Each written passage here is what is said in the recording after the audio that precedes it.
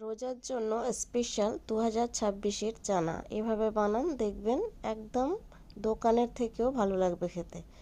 তো আমরা তো বাইরে থেকে অনেক চানা কিনে খেয়েছি, ঘরেতে একবার বানিয়ে দেখি। রোজার সময় তো চানা মানে বাধ্যবাধকতা, চানা বাড়িতে বানাতেই হয়।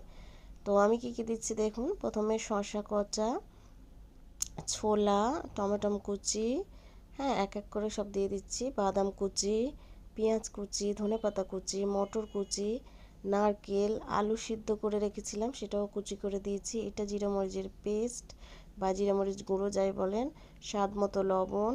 হ্যাঁ, আমি এর সঙ্গে বিট লবণও অ্যাড করব, সেটা দেখানো হয়নি, তবে বিট লবণ অ্যাড করব। শুকনো লঙ্কার গুঁড়ো, এটা চাট মশলার গুঁড়ো। আপনারা ভালো করে মশলাগুলো লক্ষ্য করবেন আমি কত রকমের মশলা দিচ্ছি। তেঁতুলের জল, এইটা দিয়েই টেস্টটা অনেক অনেক অনেক বেশি হয়। অনেকে হয়তো জানে না তেঁতুল জল দেয় না। তো আর আমি দিয়েছিলাম, আমার কাছে বাড়িতে ছিল না বলে গন্ধরাজ লেবু। তো ওই লেবুটা দিলে এর টেস্ট সত্যি বলছি তেঁতুল আর ওই গন্ধরাজ লেবুতেই যেন পরিপূর্ণ হয়ে যায়।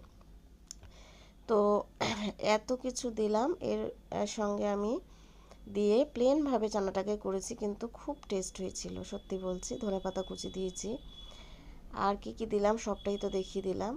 এবার আমি একটু ছোলা দিয়েছিলাম, মটর সিদ্ধও দিয়েছি, আর একটু দিয়ে দিলাম ছোলা কাঁচা। তো এইভাবে একবার বাড়িতে বানিয়ে খেয়ে দেখবেন, আর এর তো কোনো জবাব নেই সত্যি বলছি।